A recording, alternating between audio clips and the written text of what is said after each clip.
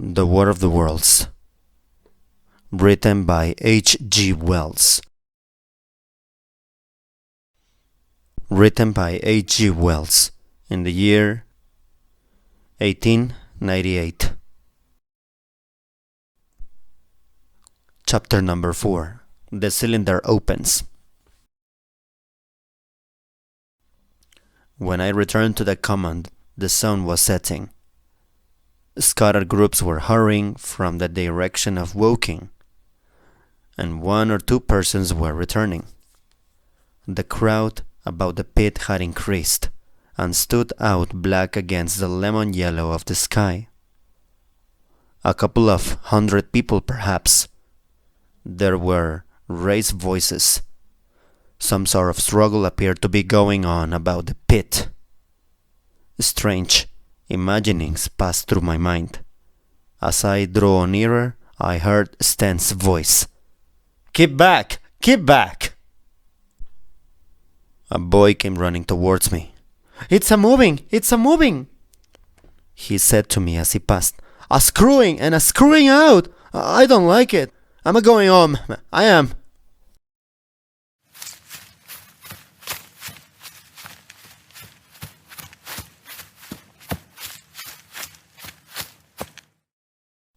I went down to the crowd.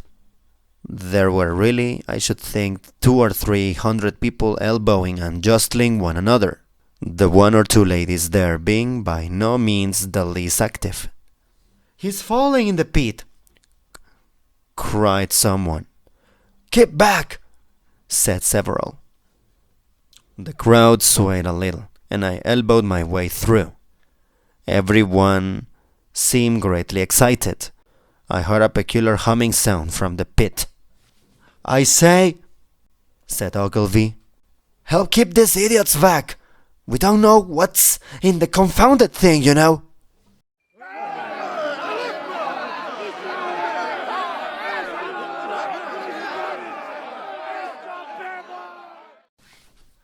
I saw a young man, a shop assistant in Woking, I believe he was, standing on the cylinder and trying to scramble out of the hole again. The crowd had pushed him in. The end of the cylinder was being screwed out from within. Nearly 2 feet of shining screw projected. Somebody blundered against me, and I narrowly missed being pitched onto the top of the screw. I turned, and as I did so, the screw must have come out, for the lid of the cylinder fell upon the gravel with a ringing concussion. I stuck my elbow into the person behind me and turned my head towards the thing again. For a moment, that circular cavity seemed perfectly black. I had the sunset in my eyes. I think everyone expected to see a man immersed. Possibly something a little unlike us terrestrial men, but in all essentials a man. I know I did, but looking, I presently saw something stirring within the shadow. Grayish, billowy movements, one above another, and then 2 luminous discs, like ice. Then something resembling a little gray snake, about the thickness of a walking stick, coiled up out of the writhing middle and wriggled in the air towards me. And then another. A sudden chill came over me. There was a loud shriek from a woman behind. I half turned, keeping my eyes fixed upon the cylinder still, from which other tentacles were now projecting, and began pushing my way back from the edge of the pit. I saw astonishment giving place to horror on the faces of the people about me. I heard inarticulate exclamations on all sides. There was a general movement backwards. I saw the shopman struggling still on the edge of the pit. I found myself alone, and saw the people on other side of the pit running off. Stent among them. Looked again at the cylinder, and ungovernable terror gripped me. I stood petrified and staring. a big grayish rounded bulk, the size perhaps of a bear, was rising slowly and painfully out of the cylinder. As it bulged up and caught the light, it glistened like wet leather.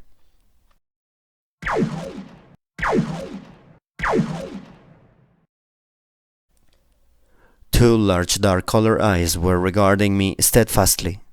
The mask that framed them, the head of the thing, was rounded, and had, one might say, a face. There was a mouth under the eyes, the lipless brim of which quivered and panted, and dropped saliva. The whole creature heaved and pulsated convulsively. A lank tentacular appendage gripped the edge of the cylinder. Another swayed in the air. Those who have never seen a living Martian can scarcely imagine the strange horror of its appearance.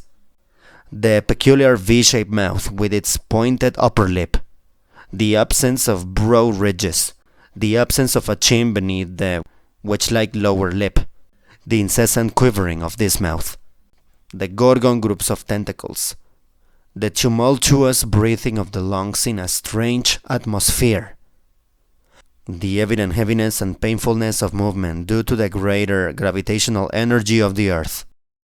Above all, the extraordinary intensity of the immense eyes were at once vital, intense, inhuman, crippled, and monstrous.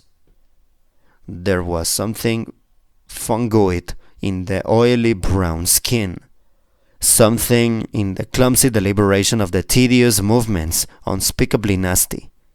Even at this first encounter, this first glimpse, I was overcome with disgust and dread. Suddenly, the monster vanished. It had toppled over the brim of the cylinder and fallen into the pit, with a thud like the fall of a green mass of leather. I heard it give a peculiar thick cry, and forthwith another of these creatures appeared darkly in the deep shadow of the aperture. I turned and, running madly, made for the first group of trees, perhaps 100 yards away. But I ran slantingly and stumbling, for I could not avert my face from these things. There, among some young pine trees and forest bushes, I stopped, panting, and waited for their developments. The common round of the sand pits was dotted with people, standing like myself in a half-fascinated terror, staring at these creatures, or rather, at the heaped gravel at the edge of the pit in which they lay. And then, with a renewed terror, I saw a round black object bobbing up and down on the edge of the pit. It was the head of the shopman who had fallen in, but showing as a little black object against the hot western sun.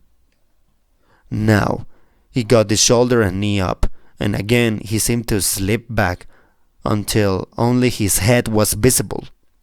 Suddenly, he vanished, and I could have fancied a faint shriek had reached me. I had a momentary impulse to go back and help him, that my fears overruled. Everything was then quite invisible, hidden by the deep pit and the heap of sand that the fall of that cylinder had made. Anyone coming along the road from Chopham or Woking would have been amazed at the sight. A dwindling multitude of perhaps 100 people or more standing in a great irregular circle. In ditches, behind bushes, behind gates and hedges, saying little to one another, and that, in short, excited shouts, and staring hard at a few heaps of sand. The barrow of ginger beer stood, a queer derelict, black against the burning sky, and in the sand pits was a row of deserted vehicles, with their horses feeding out of nosebags or pawing the ground.